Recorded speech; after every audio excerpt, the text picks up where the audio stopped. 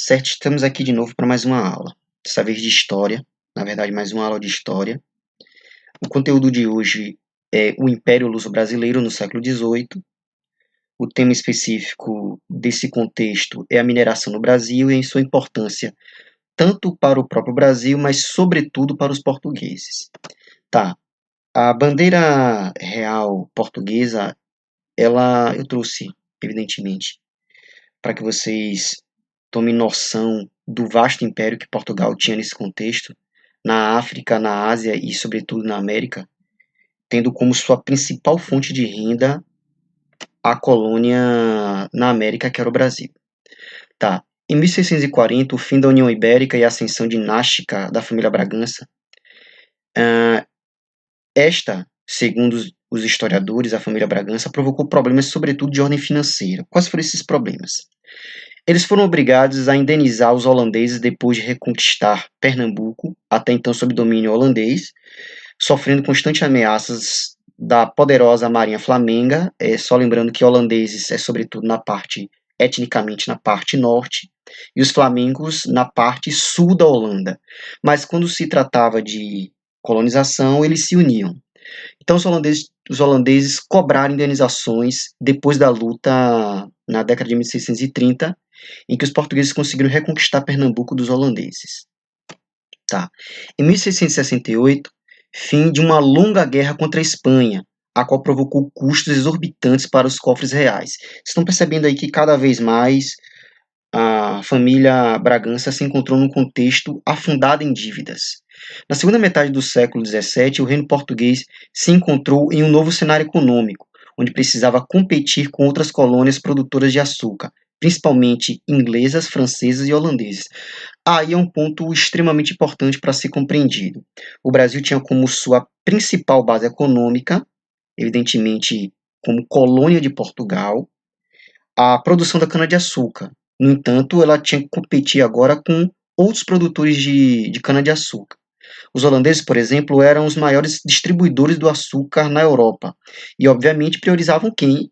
A produção caribenha, a sua produção nas Antilhas, na América Central. Tá, é uma imagem de mineração de diamantes de Carlos Julião, 1º de janeiro de 1770. Foi uma obra construída no contexto da mineração, por isso que eu estou colocando aí, evidenciando ela, muito embora o diamante tenha sido encontrado posteriormente ao ouro.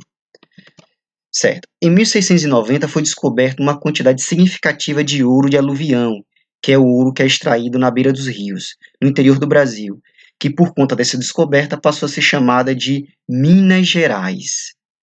Coincidência nenhuma. A corrida desenfreada em busca desse ouro provocou um processo migratório acelerado para a região aurífera, recebendo pessoas de origem interna de outras regiões do Brasil, como também de origem externa, sobretudo portugueses. Notem que eu acho que todos aqui já acompanharam em algum momento, algum programa ou alguma referência histórica da corrida do ouro, da febre do ouro, de como as pessoas ficam enlouquecidas quando recebem notícias de novos lugares de extração do ouro. Quem foi que descobriu esse ouro no Brasil? Vou ler aqui, obviamente. Foram dos bandeirantes paulistas a façanha da descoberta do ouro. Eles já estavam acostumados a percorrer o território em busca de nativos para escravizar e adicionavam a essa atividade também a procura do ouro. Depois a gente vai ver aqui um pouco mais adiante que eles também encontraram outros veios de ouro em outras regiões brasileiras.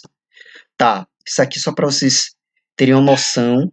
É claro que não foram só essas, mas são algumas das várias incursões bandeirantes pelo território do Brasil adentro, desrespeitando inclusive o Tratado de Tordesilhas.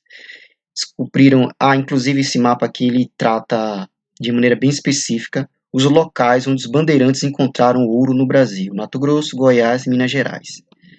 Tá. Esses foram dos principais bandeirantes: Manuel de Borba Gato, que é brasileiro, e Manuel Nunes Viana, de origem portuguesa. Tá, qual a importância desses dois bonitos, digamos assim, para o contexto da mineração brasileira? Foi a Guerra dos Emboabas, ocorrida entre 1707 e 1709. Tá, qual foi o motivo para ser o mais objetivo possível? Os bandeirantes paulistas, por seu pioneirismo na descoberta do ouro, solicitaram junto à coroa o monopólio na extração do metal precioso, o que não foi evidentemente atendido. Eles queriam monopólio, eles queriam controle pelo fato, eu cheguei primeiro, então eu tenho o direito à prioridade.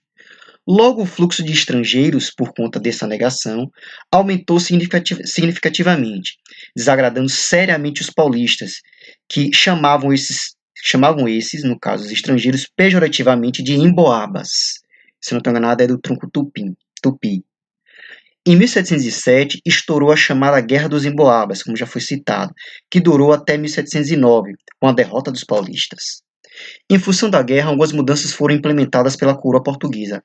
Os portugueses eles criaram uma estrutura de controle extremamente severa, extremamente rígida, que só foi piorando na medida que o ouro foi escasseando.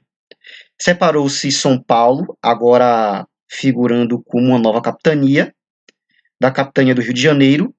Criou-se a capitania das Minas Gerais, como também novas vilas para comportar os setores administrativos da mineração. Observe como, em função da descoberta do ouro, foi sendo investido uma estrutura de vigilância e de captação desse ouro.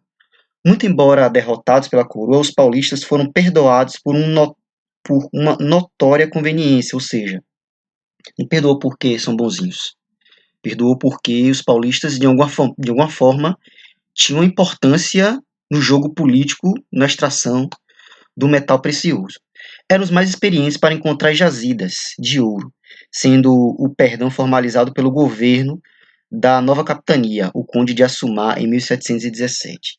Os bandeirantes continuaram seu desbravamento pelo território colonial, encontrando ouro no que hoje são os atuais estados de Goiás e Mato Grosso. Qual foi a estruturação burocrática da exploração, ou seja, a estrutura de fiscalização? Primeiro, foi criada a Intendência das Minas, literalmente uma casa, uma construção. Órgão que tinha por função cobrar o quinto real, 20%. Qualquer coisa que você encontrar. Se encontrou 1 quilo de ouro, tem que dar 200 gramas. Encontrou 2 quilos de ouro, 400 gramas. Isso só de um produtor. 20% de qualquer quantidade de ouro extraída na colônia. Qual a outra função? Reprimir os contrabandos. Tem algumas curiosidades que são muito interessantes. Por exemplo, o Santo do Pau Oco, porque contrabandeavam dentro do santo, obviamente oco, ouro de maneira oculta, né? Como lavar a mula também, ou lava-jega, que alguns escravizados escondiam pepitas de ouro nos pelos das éguas dos cavalos, enfim. E repartiu o território aurífero em porções denominadas como datas. Eram os territórios que a gente vai entender um pouco mais como ele funcionava. Em termos legais, qualquer jazida encontrada na colônia pertencia ao rei, que poderia conceder a exploração a quem ele achasse conveniente ou confiável. Tá, isso é uma casa de intendência em Diamantina, erguida entre 1733 e 1735. Tá, vocês podem perceber que foi construída uma estrutura para comportar essa exploração do ouro. Só quem podia solicitar datas eram os proprietários de escravizados, cada um desses, representando 5,5 metros do terreno, ou seja, para cada um escravo que o proprietário tivesse em sua posse, poderia estabelecer 5,5 metros. Tivesse 2 escravos, obviamente 11 metros. O proprietário poderia ter, no máximo, mas existia um limite, um teto, de 66 metros em uma quadra, denominada de data inteira. Pelo menos do que se tem registrado historicamente, apenas 2 caminhos levavam às minas. Isso é interessante entender porque quanto menos caminhos, mais fácil era a fiscalização, o fluxo desse ouro.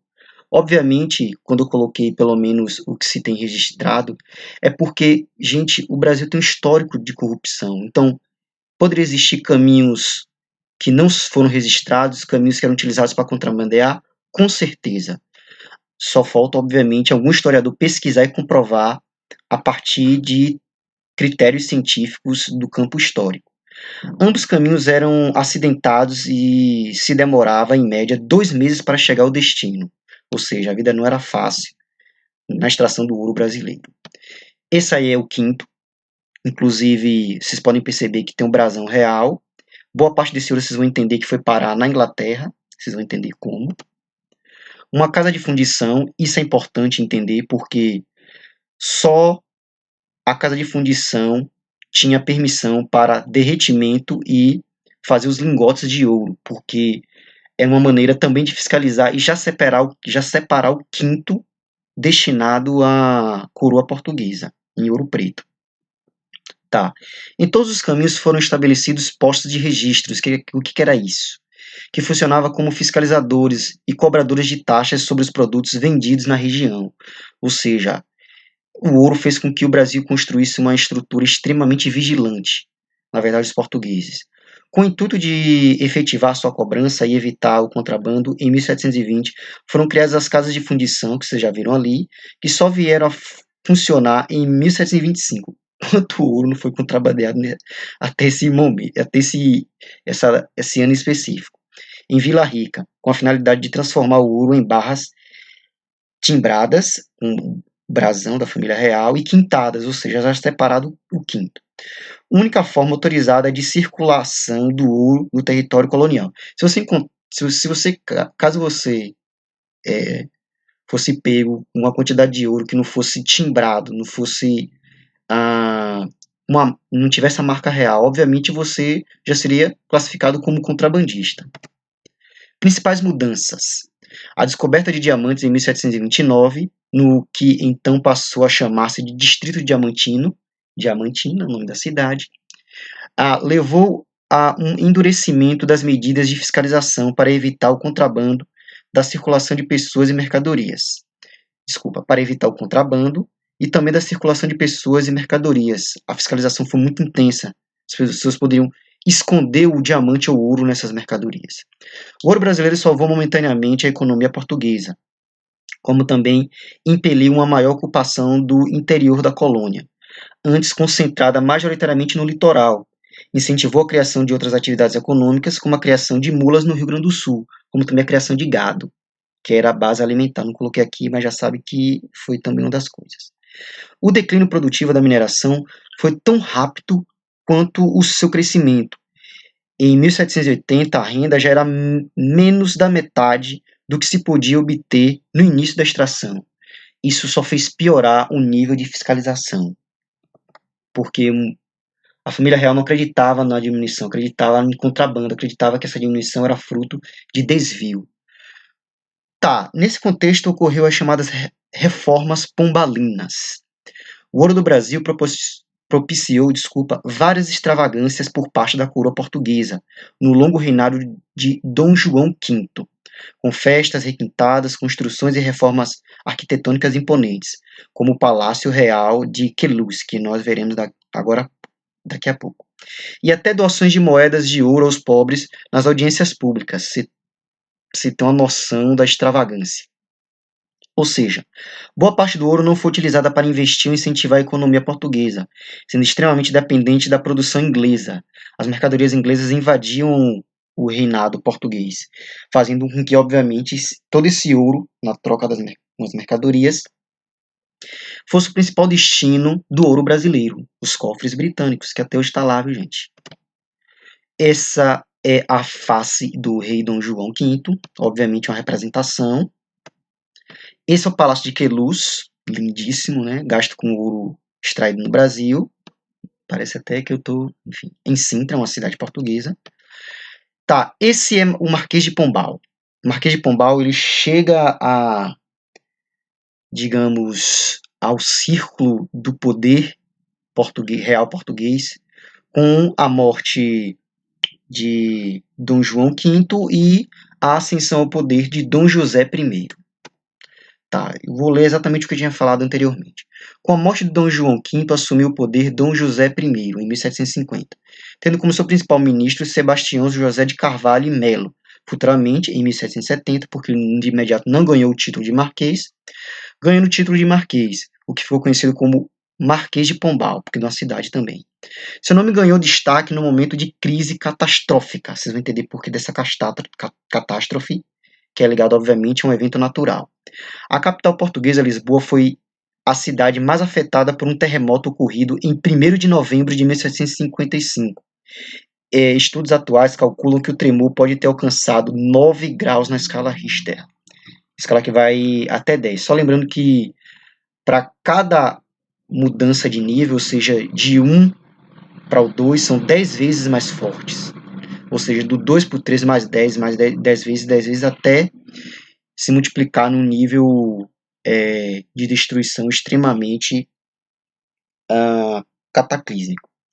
Tal episódio vitimou 10 mil pessoas e desabrigou milhares. Isso aqui só foi no imediato. Posteriormente, outras pessoas morreram, tanto num contexto de violência, quanto também de fome e feridos que sobreviveram só naquele momento. O terremoto de Lisboa, essa é uma das representações. O terremoto de Lisboa marcou toda a Europa. Vários autores, como Immanuel Kant também, falam sobre o terremoto de Lisboa. Tá? O futuro marquês convenceu ao rei a reconstruir Lisboa e não transferir a capital para Coimbra.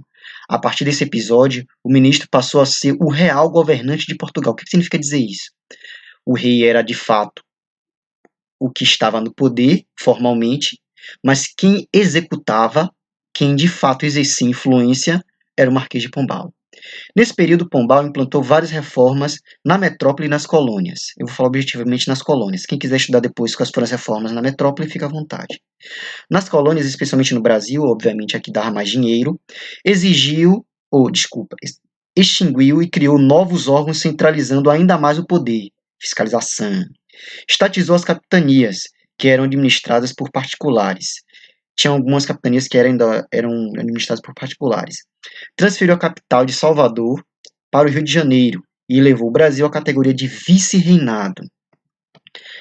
Tá. Pombal, com essa mudança, desagradou tanto portugueses quanto brasileiros. Mas nos agradou, pelo que parece, os monarcas, porque obviamente estava gerando lucro para os cofres reais. Com a morte de Dom José I, em 1777, quem assumiu em seu lugar foi a sua filha, Dona Maria I. A expectativa era de mudanças, chamada pelos portugueses de viradeira, acho que era assim, né? Nas políticas adotadas por Pombal, algo que não aconteceu. Manteve-se várias políticas que Pombal adotou. Nas colônias foram proibidas as instalações de manufaturas, ou seja, qual era a intenção disso? Era fazer com que toda a manufatura produzida em Portugal encontrasse mercado consumidor no Brasil, fazendo com que o lucro continuasse ainda a ser majoritariamente para os portugueses. Foi proibida as atividades dos ourives, que são pessoas que trabalham com ouro, tanto para a produção de joias, na verdade, principalmente para a produção de joias. E as companhias comerciais do Brasil foram abolidas. Essa é Dona Maria. Tá, eu dou por encerrada a aula de hoje. Essa é a primeira parte. A segunda parte ainda falaremos sobre mineração, mas o contexto que provocou as inconfidências e as conjurações.